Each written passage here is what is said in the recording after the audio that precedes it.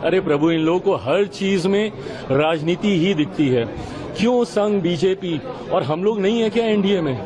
और ये आरक्षण किसी के कहने से समाप्त होने वाली चीज है क्या? संवैधानिक अधिकार है ये।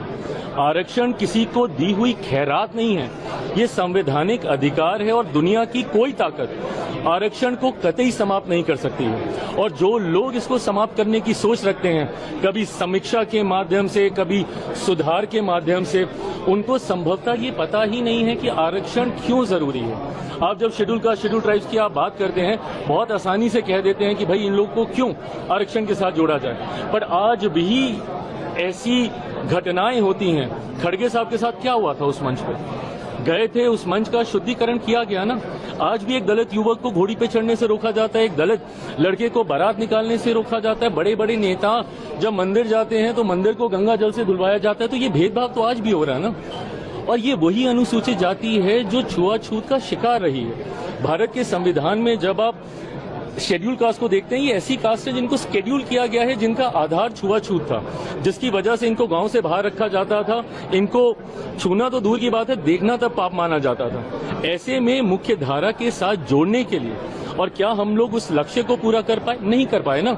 आज भी ये भेदभाव होता है। तभी जब मैं क्रीमी लेयर का भी मैं विरोध करता हूं, मैं इसीलिए करता हूं कि आज कम से कम हम लोग एकजुट हैं तो अपनी बात रख पा रहे हैं। बट जैसे ही इसमें सब क्लासिफिकेशन होने लग जाएगा, जैसे ही इसमें क्रीमी लेयर की बात हम लोग करने लग जाएंगे, तो ताकत हम लोग की घटने लग जाएगी। और जैसे ही ताकत घटेगी तो धीरे धीरे करके संभवतः ऐसी सोच वाले लोग जो आरक्षण को समाप्त करना चाहते हैं, उनको ज्यादा बल मिलेगा। आज की तारीख में शेड्यूल कास्ट हो, शेड्यूल ट्राइब, अब शेड्यूल ट्राइब में यही सारी जातियां हैं जिनकी वेशभूषा अलग रही, जिनका रहन सहन, बोलचाल, ऐसे ट्राइब्स को शेड्यूल किया गया।